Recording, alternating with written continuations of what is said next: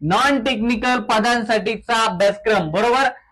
मराठी असतं 25 प्रश्न 50 गुणासाठी, इंग्रजी असतं 25 प्रश्न 50 गुणासाठी, अंकगणित आणि बुद्धिमत्ता असतं 25 प्रश्न 50 गुणांसाठी, त्याच्यानंतर सामान्य ज्ञान आणि याच्यामध्ये चालू घडामोडी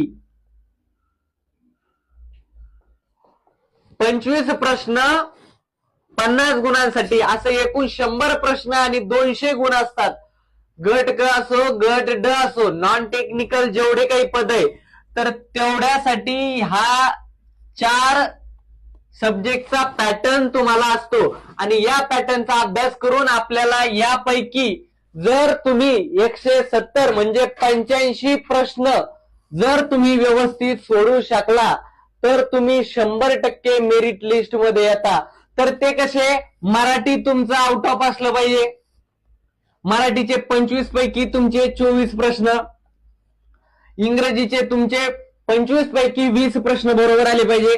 त्याच्यानंतर अंकगणित व बुद्धिमत्तेचे त्याच्यामध्ये 25 पैकी किमान तुमचे 24 प्रश्न बरोबर आले पाहिजे, बरोबर. त्यानंतर सामान्य